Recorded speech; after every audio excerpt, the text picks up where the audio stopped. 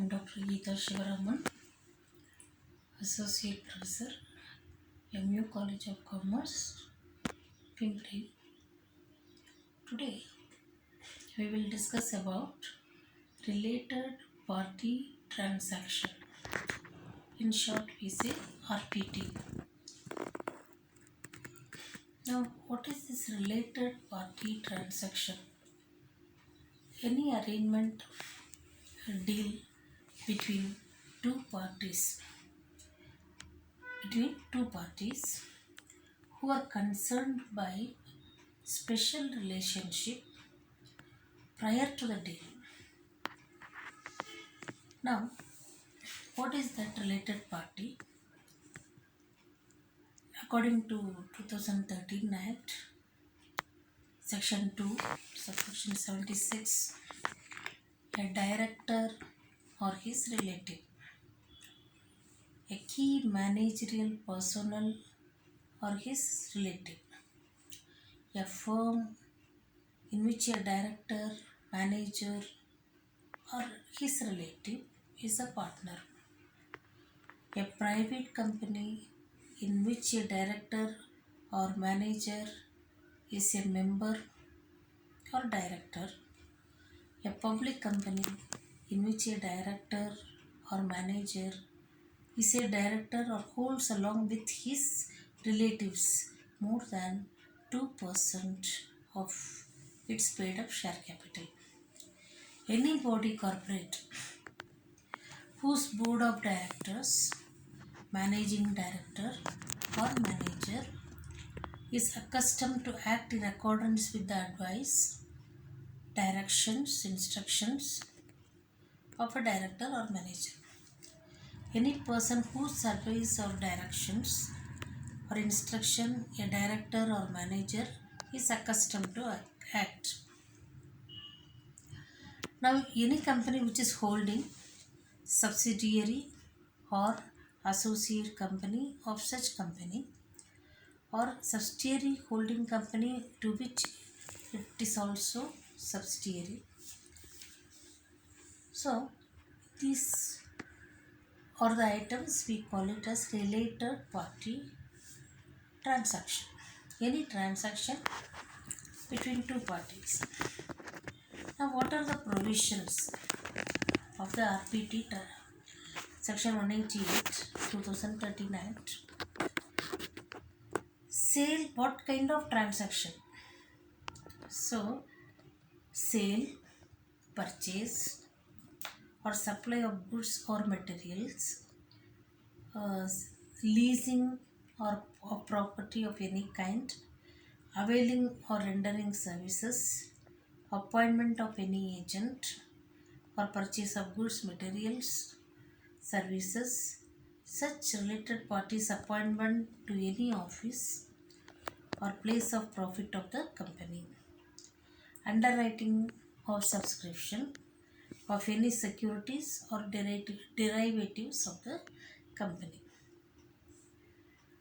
Now, these are some of the items we have seen. Now, one of the items in this related party transaction, a key managerial personnel or his relative. Now, what is key managerial personnel? The key managerial personnel is in relation to the organization includes the chief executive officer or managing director of the or manager, company secretary, full-time director, the chief financial officer or such other officer as may be prescribed. The key managerial personnel refers to the employees of a company who are vested with more important roles, and they are the first point of contact between the company and its stakeholders, and or they are responsible for formulation of strategies and its implementation. Now, such other officer, one more and not more than one level below the directors, who is in full-time employment designated by as KMP by the board. He is also KMP. Such other officer as may be prescribed. So, Section 203 of the Companies Act 2013 says every listed company, every public company having a paid up share capital of 10 crore rupees or more shall have whole time key managerial personnel. And this key managerial personnel are appointed by resolution of the board. The maximum term is 5 years for managing director, whole-time director or manager. For company secretary, chief executive officer, chief financial officer, there is no time limit. They can continue according to the appointment contracts. A whole-time KMP shall not hold office in more than one company except in its subsidiary company at the same time. But key managerial personnel can be appointed as a director of any company with the permission of the board. The permission of the board. Now, what is corporate governance? There should be transparency, fairness, just and equitable. They should work for the company. They have to work for the stakeholders. They should show the true and fair view of the affairs of the company. When it is violated, the entire atmosphere gets spoiled and the company will face lot of problems, maybe closing down of the company. Now let us see one example. Many of us have seen in the news some years ago about Satyam. Some call it as fraud, some say it is scam, some say inflated the price, profits, revenues, uh, fabricating invoices, manipulation of accounts. And this Satyam, when they wanted to purchase Meta's its own subsidiary, they didn't inform the shareholders. That is what the news says. So the shareholders got aggravated, and some of the members of the board resigned. And during the boom period, they were not facing any problem. But afterwards, when the boom period ended, they started facing a lot of problems. So they wanted to purchase Meta's its own subsidiary company to just cover up. They wanted to use those assets, whatever it may be, but there was some manipulations. So it came into limelight because there was internal conflicts and some were not happy. They resigned and shareholders were not happy because earlier it was inflated. The revenues were inflated. Afterwards they came to know the reality. So taking to this case, what we learn in the company law, what happened? First of all, they did not have good corporate governance. They violated that. And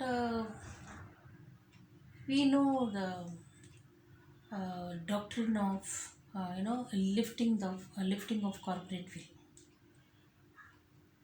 Normally there is a will between the company and the members. When there is problem, who is behind this, we have to find out. So we are seeing the corporate will. So when there is a fraud also, we have to see behind the will who is responsible for this.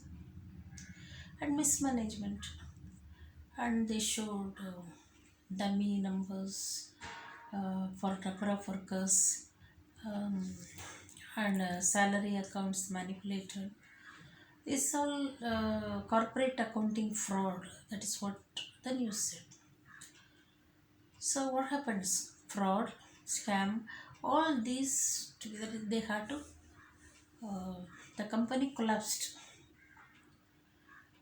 Company collapsed, and it was merged with. Later on, it merged with Tech Mahindra. So what is important is the key managerial personnel should be the person one who are in the top should be very sincere to the company. Company is a different person. Artificial person, we know already, it has separate legal status, and these promoters, chairman, they are different. They cannot take undue advantage of their position. They have to whatever they want to do, they have to do for the welfare of the shareholders, various stakeholders, welfare of for the company, not to take undue advantage of their position. And same thing, they wanted to purchase, Satyam wanted to purchase Metas. It was owned by their family members only, and there is a their relatives. That is why we say related party transaction here. It is an example for that also, and it should be disclosed. It was not disclosed to the shareholders, so the shareholders got aggravated, and some of the board members, they resigned. So this Satyam is a very good example. If they don't want, if they don't know how to, you know, have good corporate governance, if they follow unethical practices, ethics is very important. If they do any unethical practices, how one day the company will be closed down. One day everything will come to know, because the situation around is not same. Sometimes boom period, sometimes depression period, recession. So they have to, the same thing will not be there. The environment, economic environment is here. So this is a good example for lifting the corporate will, related party transaction, and corporate governance. With this, I end this speech today about the related party transaction, and we discussed about key managerial personnel, because in related party transaction, one of the item is key managerial personnel or his relative. That is why we discussed about key managerial personnel. Thank you.